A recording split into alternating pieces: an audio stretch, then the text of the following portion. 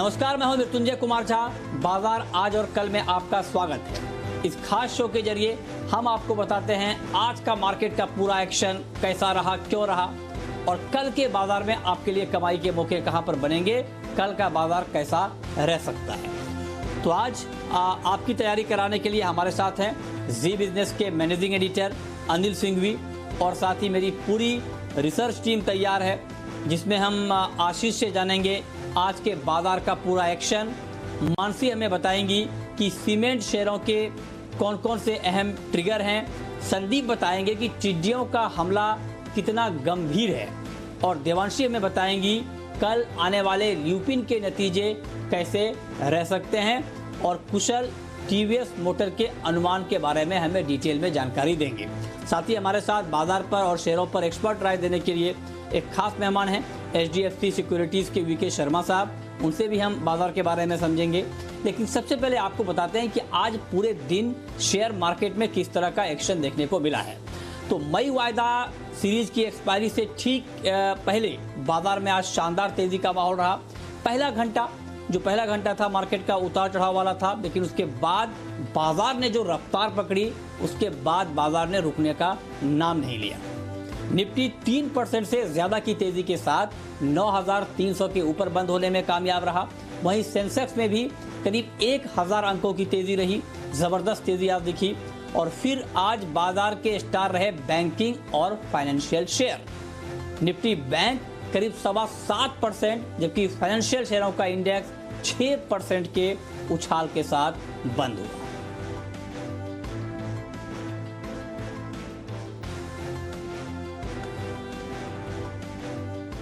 तो आज बाजार के इस बड़े एक्शन पर सबसे पहले जानते हैं कि एडिटर्स टेक क्या है, और ये बताने के लिए हमारे मैनेजिंग एडिटर अनिल सिंघवी हमारे साथ जुड़े हैं। अनिल जी, बहुत बहुत स्वागत है आपका।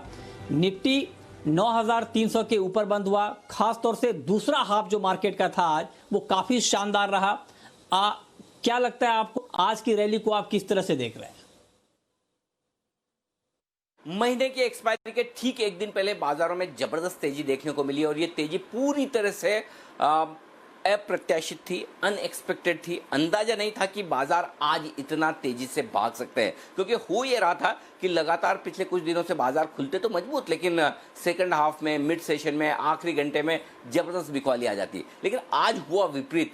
जहां खुले वहां से थोड़ी देर हलचल होती रही, सीमित दायरे में कारोबार करते रहे, उसके बाद धीमे धीमे पूरे दिन भर शानदार खरीदारी हुई। तो आज की तेजी की सबसे बड़ी विशेषता ये थी कि पहली बात, ये गैप से खुलकर नहीं हुई, बल्कि पूरी की पूरी तेजी आपको स्क्रीन पर होती हुई दिखी, खरीदारी होती हुई दिखी। दूसरी बात, ऐसा नहीं कि ग्लोबल संकेत खराब थे अच्छे ही, लेकिन इतने ज्यादा भी नहीं कि बाजार एकदम जबरदस्त दौड़ लगाए।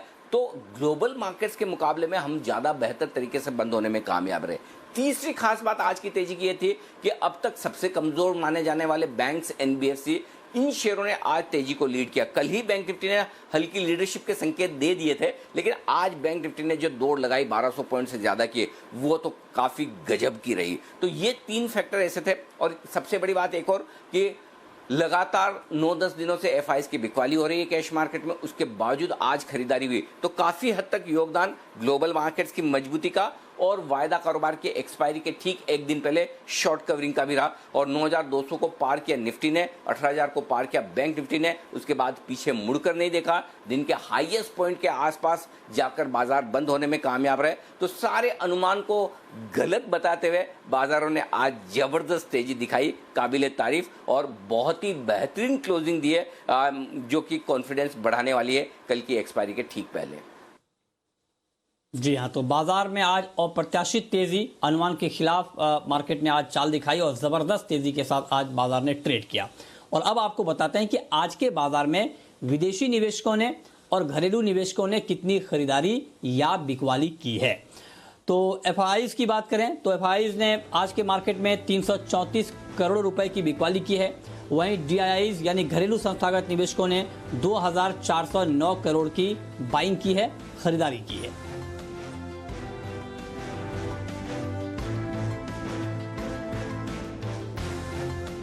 और और अब आपको बताते हैं कि आज बाजार में कौन कौन से ऐसे सेक्टर रहे जहां पर बड़ा एक्शन दिखा और बड़े एक्शन के पीछे खबरें क्या रही, ये डिटेल में बताने के लिए हमारे सहयोगी आशीष हमारे साथ जुड़े हैं। आशीष, बताइए। देखिए, अच्छे ग्लोबल संकेतों के कारण बाजार में तेजी के साथ शुरुआत हुई। फर्स्ट हाफ अगर आप ध्यान से देखें तो थोड़ा बहुत सुस्त था, लेकिन सेकेंड हाफ में 9175 के ऊपर ब्रेकआउट के बाद एक बढ़िया सस्टेनेबल रैली देखने को मिली बाजार में। और निफ्टी को अगर आप देखें तो ऑलमोस्ट डे हाई से केवल 30 अंक नीचे ही बंद हुआ। और बाजार में आज ज्यादातर पार्टिसिपेशन जो तेजी की तरफ रहा वो प्राइवेट बैंकिंग इंडेक्स से आते हुए दिखा, और सेक्टर स्पेसिफिक को भी लीड किया प्राइवेट बैंकिंग इंडेक्स ने, जिसपे हम देख रहे थे कि काफी दिनों से सेलिंग प्रेशर था। लेकिन आज देखिए काफी बढ़िया ट्रेंड रिवर्सल देखा गया है। एक्सिस बैंक 14% की तेजी के साथ बंद हुआ ये स्टॉक। आईसीआईसीआई बैंक 9% की तेजी देखने को मिली। आरबीएल बैंक 7% ऊपर बंद हुआ और फेडरल बैंक 7% की तेजी के साथ स्टॉक ने क्लोजिंग दी। एनबीएफसी स्टॉक्स भी देख रहे हैं कि बिल्कुल इनका जो मोमेंटम है वो प्राइवेट बैंकिंग इंडेक्स से मैच करता हुआ नजर आ रहा है। सिमिलरली चोला फाइनेंस यहाँ पर 10% की तेजी देखी गई। इंडिया बुल्स हाउसिंग फाइनेंस 6% ऊपर बंद हुआ। बजाज फाइनेंस 6% ऊपर और मुथूट फाइनेंस यहाँ पर भी 5% की तेजी देखने को मिली। आईटी स्टॉक्स में कल हम बात कर रहे थे कि सेलिंग प्रेशर देखा जा रहा है, लेकिन आज यहाँ पर भी ट्रेंड रिवर्सल देखने को मिला और विप्रो 7% की तेजी के साथ बंद हुआ है। और खास बात यह कि काफी सारे जो एनालिस्ट हैं यहाँ पर इनके बाय कॉल्स भी आते हुए देखे। विप्रो पर 7% की मजबूत तेजी के साथ स्टॉक ने क्लोजिंग दी। इन्फोसिस दिग्गज 4% की तेजी, टीसीएस 3% और मिड कैप स्पेस में फर्स्ट सोर्स सॉल्यूशन 2% की तेजी के साथ बंद हुआ। मेटल स्टॉक्स पर भी देखिए कि अच्छे ग्लोबल संकेतों का असर देखने को मिला। जेएसडब्ल्यू स्टील 5% ऊपर बंद हुआ, नाल्को 5%, टाटा स्टील 3% और हिंडाल्को में भी 3% सस्टेनेबल तेजी देखी गई। फार्मा एक ऐसा सेक्टर है एकमात्र जहां पर आज आपको थोड़ी सी बिकवाली मुनाफा वसूली देखने को मिली। टोरेंट फार्मा नतीजे तो बढ़िया थे, लेकिन कमेंट्री जो थी, गाइडेंस जो थी मैनेजमेंट की तरफ से वो ज्यादा उत्साहजनक नहीं थी, जिसका असर देखने को मिला। स्टॉक में लगभग 5% की गिरावट देखने को मिली। एल्कम, इप्का लैब्स और सनोफी जैसे कुछ फार्मा स्टॉक्स हैं जहां पर बिकवाली देखने को मिली। तो कुल मिलाकर देखा जाए तो आज सभी इंडेक्स में, सेक्टोरियल इंडाइसेस में तेजी देखने को मिली। सभी हरे निशान में बंद हुए। सिर्फ एक फार्मा सेक्टर ऐसा था जहां पर मुनाफा वसूली देखी गई। तो ये आपको आशीष ने समझाया कि अलग अलग कौन कौन से ऐसे सेक्टर रहे जहां पर आज बड़ा एक्शन देखने को मिला।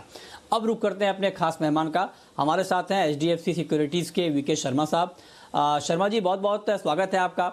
और मेरा पहला सवाल आपसे यही होगा कि बाजार ने आज चौंकाया है सबको, जिस तरह से तेज़ी हमने मार्केट में देखी है, तो ऐसे माहौल में कल का मार्केट आपको कैसा लग रहा है? और कल के बाजार में अगर किसी को ट्रेड करना हो इंट्राडे पॉइंट ऑफ व्यू से, तब कहां पर करना चाहिए? और थोड़ा अगर पोजिशनल व्यू हो तब कहां ट्रेड करना चाहिए?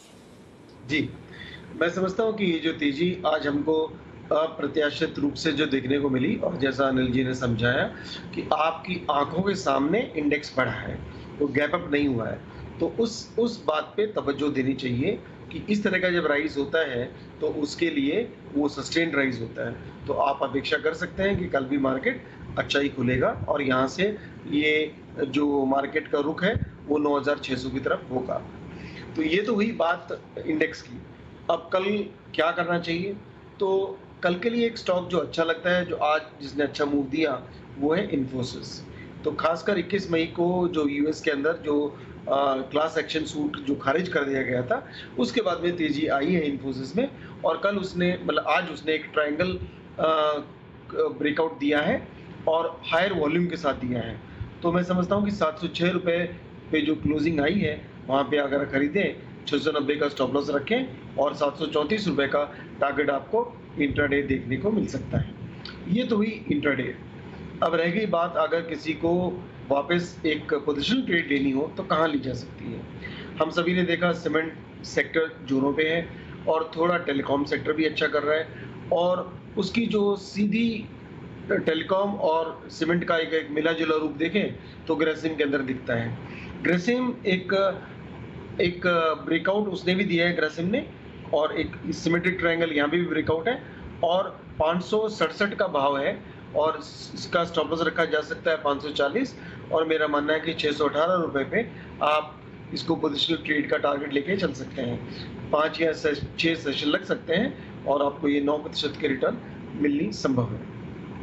स्टॉप लॉस को जरूर याद रखिएगा कि अगर आपका स्टॉक प्राइस ऊपर जाता है तो स्टॉप लॉस जो फिलहाल नीचे है उसको ऊपर कर दें। जी ओके, तो ये आपको इंट्राडे में कहाँ पर ट्रेड करना है, पोजिशनली कहाँ पर ट्रेड करना है, ये आपको डिटेल में शर्मा जी ने बताया है। लेकिन आगे बढ़ते हैं और अब रुख करते हैं कुछ और खबरों का। सीमेंट कंपनियों में एक तेजी का माहौल बना है। आखिर ऐसी कौन सी वजह है जिससे सीमेंट कंपनियों में तेजी आ रही है, ये बताने के लिए हमारे साथ मानसी जुड़ी हैं। बताइए मानसी।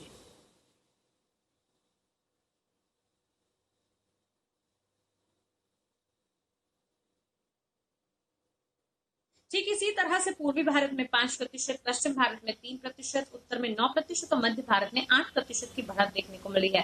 तो क्लियरली ये अनुमान लगाया जा रहा है कि बढ़त जो है कीमतों में लगातार जारी है। FY21 में भी संकेत यही कह रहे हैं कि आगे भी बढ़त जारी रहेगी। आपको बता दें सीमेंट की मांग और सप्लाई में तालमेल नहीं है और इसके बावजूद भी बढ़त होना कीमतों में टेंशन की बात है। सेक्टर में विस्तार को लेकर एहतियाती कंपनियां फिलहाल एक्सपेंशन नहीं कर रही हैं, लेकिन सरकार की चेतावनी पिछले दिनों थी कंपनियों को कि कार्टलाइजेशन ना करें, सीमेंट की कीमतों को ना बढ़ाएं। इसके बावजूद सीमेंट की कीमतें तो बढ़ ही रही है। CLSA की एक रिपोर्ट के मुताबिक सीमेंट सेक्टर फिलहाल अच्छा काम कर रहा है, हलचल जारी है, कीमतें अच्छी हैं और जहां पर कामकाज फिर से शुरू हो चुका है वहां पर करीब 30 से 80% मांग जो है फिर से लौटी है। सेक्टर में ACC और अंबुजा जैसे शेयर्स हैं जो कि CLSA को पसंद है।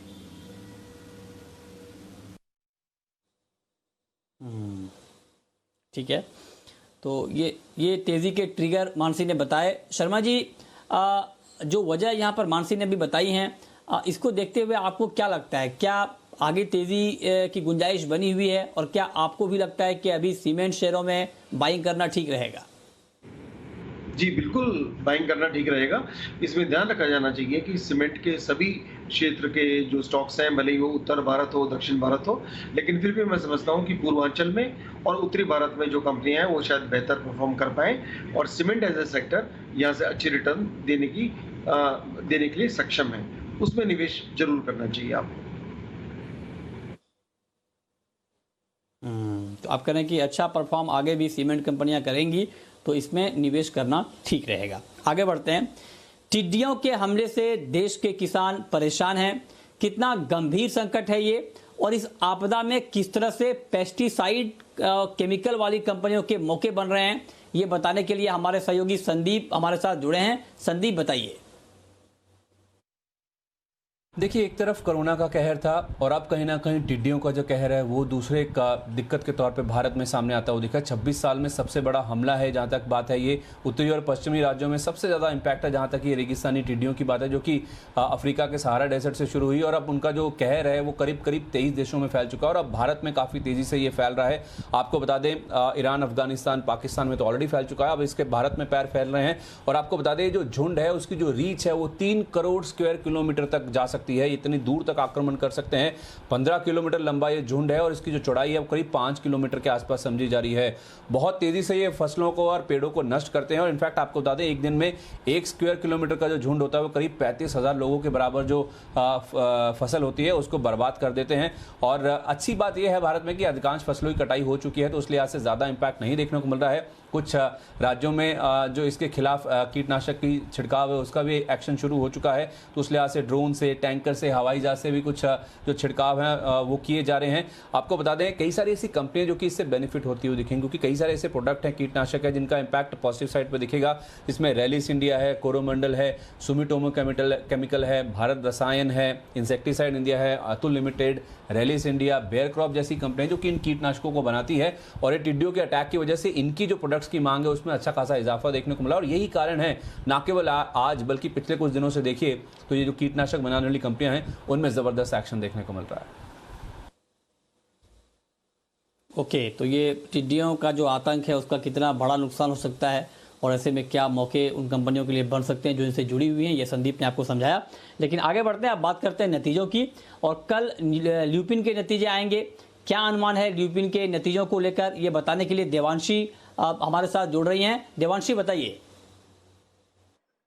लुपिन के नतीजे इस बार थोड़े से कमजोर रहने का ही अनुमान बनता हुआ दिख रहा है। अब दो वजह थी। सबसे पहले उनकी जो सब्सिडरी है जापान की, यहाँ पे जो विनिवेश किया था इसके चलते भी जो आय है, मार्जिन है, इस पर असर होता हुआ दिखेगा। और साथ ही इस बार कोरोना वायरस के चलते जो अन्य दवाएं हैं, जो उनके दूसरे प्रोडक्ट्स हैं, यहाँ पे बिक्री थोड़ी सी कम होती हुई दिखी है। कुल मिलाकर आप देखिए जो आय है करीब 15% तक कम होती हुई दिखेगी। साथ ही कामकाजी मुनाफे पर सबसे ज्यादा असर आएगी। इस बार करीब 40% तक इस बार कामकाजी मुनाफा घटता हुआ दिखेगा। मार्जिन भी इस बार करीब 14% के करीब आने का अनुमान बनता हुआ दिख रहा है, 20% से कम होकर। और अगर मुनाफे की बात करें तो करीब 40% से लेकर 45% तक का हिट हमें इस तिमाही में आता हुआ दिखेगा। लेकिन कुल मिलाकर देखना होगा कि कंपनी की जो मैनेजमेंट की कमेंट्री है वो किस तरह से आती है, इनके जो प्लान्स है यहाँ पे किस तरह से अपडेट्स आते हैं, यूएस एफटीए से क्या बातचीत चल रही है, और साथ ही अब जाके जो उनके नए प्रोडक्ट्स हैं, पाइपलाइन है, इस पर क्या कमेंट्री आती है, ये इंपॉर्टेंट रहेगी। लेकिन कुल मिलाकर जो नंबर्स हैं वो सब्सिडरी के चलते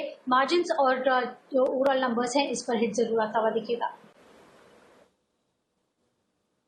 ओके, और टीवीएस मोटर के भी नतीजे आने वाले हैं, और टीवीएस मोटर के नतीजे कैसे रह सकते हैं ये समझाने के लिए, ये बताने के लिए कुशल हमारे साथ जुड़ रहे हैं। बताइए कुशल। जी, तो टीवीएस मोटर्स के नतीजे कल आएंगे और यहाँ पर नंबर्स काफी कमजोर देखने को मिल सकते हैं। इनफैक्ट मुनाफे में करीब 37% की गिरावट हमें देखने को मिल सकती है, क्योंकि इनके ब्याज खर्च और साथ ही डेप्रिसिएशन कॉस्ट जो बढ़ती हुई नजर आई है, उस वजह से मुनाफे पर इंपैक्ट आता हुआ नजर आएगा। इसके अलावा अगर आप कंपनी की आय देखें तो वहां पर भी 24% की गिरावट हमें देखने को मिलेगी, क्योंकि ओवरऑल वॉल्यूम जो है वो 30% गिरती हुई नजर आई है। साथ ही कंपनी की मार्जिन जो है वो कहीं ना कहीं आपको एक स्टेबिलिटी देखने को मिल सकती है, उसमें 6.8% पे मार्जिन रह सकती हैं, क्योंकि BS6 गाड़ियां जो इन्होंने बेची है उससे जो इंप्रूव्ड रियलाइजेशंस मिली है, कहीं ना कहीं वो इनकी मार्जिन को स्टेबल करता हुआ नजर आ सकता है। अब देखना ये काफी इंपॉर्टेंट होगा कि मैनेजमेंट की इनके जो प्रोडक्शन है और जो डिमांड है और साथ ही जो डीलरशिप्स इन्होंने खोली है उस पर पर्टिकुलरली क्या कमेंट्री है, वहां पर क्या अपडेट है, और साथ ही जो इन्होंने कुछ दिन पहले नॉर्टन का अधिग्रहण किया था उस पर मैनेजमेंट का क्या आउटलुक है और क्या कमेंट्री है, ये सब चीजें देखना काफी इंपॉर्टेंट रहेगा। बट बहरहाल ओवरऑल नंबर जो है वो कमजोर लग रहे हैं। ओके, बिल्कुल संक्षेप में शर्मा जी, ल्यूपिन और टीवीएस के जो अनुमान बताए हैं अभी हमारे दोनों सहयोगी ने, इसके बाद आपका क्या नजरिया बन रहा है? देखिए, जो टू व्हीलर्स के ऊपर तो मैं नज़र अभी नहीं डालूंगा। मैं समझता हूँ कि हीरो और बजाज बेहतर पिक है, और कम से कम वहाँ पे डिविडेंड डील भी अच्छी है। और रह गई बात जहाँ तक लुपिन की, तो लुपिन एक पूरा फार्मा सेक्टर एक ऐसे दौर में है जहाँ पे आज थोड़ी इसके अंदर प्रॉफिट टेकिंग देखी गई, और क्योंकि 100% जैसे मेजॉरिटी स्टॉक्स बढ़े थे पिछले 2 महीनों में, तो यहाँ पे गिरावट संभव है। और इस नतीजे के बाद स्टॉक अगर नीचे गिरेगा तो उसमें वापस खरीदारी करने की सलाह ही रहेगी कि नीचे के लेवल के ऊपर, क्योंकि ये एक जो सेक्टर है इसके लिए हेडविंड जो पहले थी यूएस रेगुलेशन, वो अब टेलविंड बन गया है। वहाँ से हेल्प मिल रही है लगातार नए क्लियरेंसेस और जल्दी मिलने की। तो उस दृष्टि से मैं समझता हूँ कि जिनके पास है वो बने रहे, और जिनके पास नहीं है वो नीचे अगर गिरे तो उसको लेने में इंटरेस्ट दिखाएं। ठीक है, चलिए, और अब वक्त है ये जानने का कि कल के बाजार में आपकी रणनीति होनी क्या चाहिए। और कल की रणनीति बताने के लिए हमारे मैनेजिंग एडिटर अनिल सिंघवी हमारे साथ जुड़े हुए हैं। अनिल सर, कल मई वायदा की एक्सपायरी है, कैसा सत्र रहेगा और रणनीति क्या होनी चाहिए, और खास तौर पे सेक्टर पॉइंट ऑफ व्यू से कहां पर नजर रखनी चाहिए? कल वायदा कारोबार की एक्सपायरी के लिए आज से 9150 9200 अब मजबूत सपोर्ट का काम करेगा। इसके नीचे जाने पर ही बाजार में कमजोरी का पहला लक्षण दिखेगा। 9400 9450 ऊपरी रुकावट का लेवल है, इसके पार निकले तो फिर जबरदस्त तेजी बनती हुई दिखेगी। तो ये ब्रॉड रेंज निफ्टी की हो सकती है, अनलेस की कोई बड़ी खबर आ जाए पॉजिटिव या नेगेटिव, तब तो अलग बात है। बाकी ग्लोबल मार्केट स्टेबल है, पॉजिटिव साइड पर है, हमारे यहाँ अच्छी तेजी बनी है, मूड माहौल बदलता हुआ दिख रहा है। बड़े दिनों बाद मेरे ख्याल से मई के महीने में इतने चीयरफुल हम कभी नहीं रहे। प्रधानमंत्री जी ने जो आर्थिक पैकेज की घोषणा की उस दिन भी मूड इतना अच्छा नहीं था, गैप से खुले, वहां से लगातार बिकवाली आती दिखे। लेकिन आज जो तेजी हुई है पूरी स्क्रीन पर हुई है और उसने चेहरे खिला दिए। तो मुझे लगता है कल अगर कोई खबर बुरी ना है तो एक अच्छी एक्सपायरी आपको देखने को मिल सकती है, जो कि 9375 9400 के आसपास भी हो जाए तो बढ़िया होगा। जहां तक बैंक निफ्टी का सवाल है, 18,000 बड़ा बेस है, लेकिन उससे पहले 18,400 18,500 आपके लिए एक अच्छे सपोर्ट का काम करेगा और ऊपरी स्तरों पर 19,200 हल्की रुकावट का लेवल है, वहां पर हल्की प्रॉफिट बुकिंग आते हुए दिख सकती है। तो ओवरऑल एक अच्छी एक्सपायरी बन सकती है, बशर्ते कि ग्लोबल मार्केट भले अच्छे ना हो, स्टेबल रहे, खाली हमारे लिए उतना भी काफ़ी है, हम अपने दम पर ही बढ़ जाएंगे। बस ग्लोबल मार्केट बहुत ख़राब ना हो या कोई ख़राब खबर सुनने को ना मिले, तो बाजार कल भी दौड़ लगाते हुए दिखेंगे। बहुत शुक्रिया सर आपका कल के लिए ये रणनीति बताने के लिए। लेकिन अब शर्मा जी, अगर लॉन्ग टर्म का नज़रिया हो और लंबे समय के लिए निवेश करना हो तो कहाँ पर करें? जी, उन लंबे समय के लिए जो आप जिक्र कर रहे थे सीमेंट स्टॉक्स का, और पूरे सेक्टर के ऊपर जिक्र किया और बड़ी अच्छी रिपोर्ट आपके एनालिस्ट ने दी है, तो उन्हीं सेक्टर में से एक स्टॉक चुन के लाया हूँ जिसका छोटा स्टॉक है, जिसका नाम है जेके लक्ष्मी सीमेंट। जेके की 2 कंपनियां हैं, जेके सीमेंट और जेके लक्ष्मी सीमेंट। तो जेके लक्ष्मी सीमेंट की मैं बात कर रहा हूँ, जो ब्रांड इसका थोड़ा सा कमजोर है जेके सीमेंट के मुकाबले, लेकिन जेके लक्ष्मी सीमेंट है मेरी जो खरीदारी जेके सीमेंट नहीं है, तो उसके अंदर इसका जो करंट भाव है करीब 236 रुपए, और मेरा जो टारगेट है वो हमारा है करीब 317 रुपए। ये इंस्टीट्यूशनल टीम की रिपोर्ट है और इसमें ग्रोथ भी करीब काफ़ी अच्छा है, करीब 50% के ऊपर का रिटर्न मिलने की संभावना है अगले 1 साल के अंदर। लेकिन ध्यान रखा जाना चाहिए कि ये जो आने वाला साल है इसके अंदर प्रॉफिटेबिलिटी लोगों की घटेगी और कीमत जो बढ़ेगी वो ड्राइव करेगी, और वैसे इसकी कंपनी का जो 2.5 मिलियन टन्स की और कैपेसिटी आगे आएगी जो इसके कॉस्ट को बढ़ा सकती है। लेकिन ध्यान रखा जाना चाहिए कि ये वैल्यूएशन वाइज बहुत ही सस्ती है। करीब EV बाई EBITDA का अगर हम जिक्र करें तो करीब 5.6 टाइम पे कोट करती है। श्री सीमेंट को देखें तो वो 20 के ऊपर है, और जेके को देखें अल्ट्राटेक को देखें तो वहाँ पे भी करीब 11.5 यानी कि 12 टाइम के आसपास कोट करता है, तो उनके मुकाबले बहुत ही सस्ती कीमत है। तो उस दृष्टि से यहाँ पे आप 40 से 50% की वृद्धि साल भर में इसमें देख सकते हैं। ठीक है, ये लॉन्ग टर्म की पिक। लेकिन अब जानने का ये वक्त है कि कल ऑप्शन के जरिए आपको कहां पर कमाई के मौके मिलेंगे।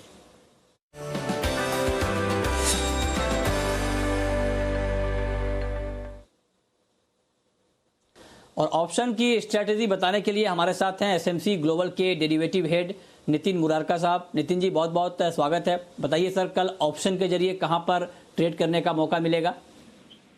ये कल मंथली एक्सपायरी है और मुझे लग रहा है कि एक्सपायरी पॉजिटिव ही होना चाहिए, क्योंकि आज शॉर्ट कवरिंग हुई है। तो उसको देखते हुए कल जो भी मार्केट खुले, जैसे अभी SGX निफ्टी 50 पॉइंट डाउन है, 9250 के आसपास है, तो जो भी लेवल पे खुले उस लेवल की कॉल ऑप्शन खरीद के उससे 100 पॉइंट ऊपर की डबल कॉल ऑप्शन बेच देनी चाहिए। इस प्रोसेस में आपको मुश्किल से 10 से 12 रुपए की कॉस्टिंग आएगी और आपको 200 पॉइंट की सेफ्टी बन जाएगी। अगर मार्केट 9300 खुलती है तो 93 लेके 94 डबल बेचेंगे, और 9250 खुलती है तो 9250 लेके 9350 डबल बेचेंगे। तो इस प्रोसेस में 10 रुपए का आपका जो कॉस्ट है वो दे करके बनाना है, और कल के दिन में मुझे लग रहा है 40-50 रुपए इसमें मिल सकता है। तो ये है। और स्टॉक में अगर आपको ट्रेड करना है तो BPCL में मुझे लग रहा है शॉर्ट कवरिंग आनी चाहिए। तो BPCL की अगले मंथ की 330 रुपए की जो कॉल ऑप्शन है वो करीब 20 से 21 रुपए में आज आपको मिलेगी। कल ओपनिंग में देखना पड़ेगा, बट 20-21 में मिलती है तो उसको खरीदना चाहिए। 32 का टारगेट होगा, 14 का स्टॉप लॉस होगा। ओके, बहुत शुक्रिया नितिन जी आपका, शर्मा जी आपका, और साथ ही मेरी पूरी रिसर्च टीम का ये बताने के लिए कि आज का बाजार कैसा रहा, क्यों इतना बड़ा एक्शन रहा और कल के मार्केट में कहां पर कमाई के मौके मिलेंगे। तो फिलहाल इस बुलेटिन में इतना ही।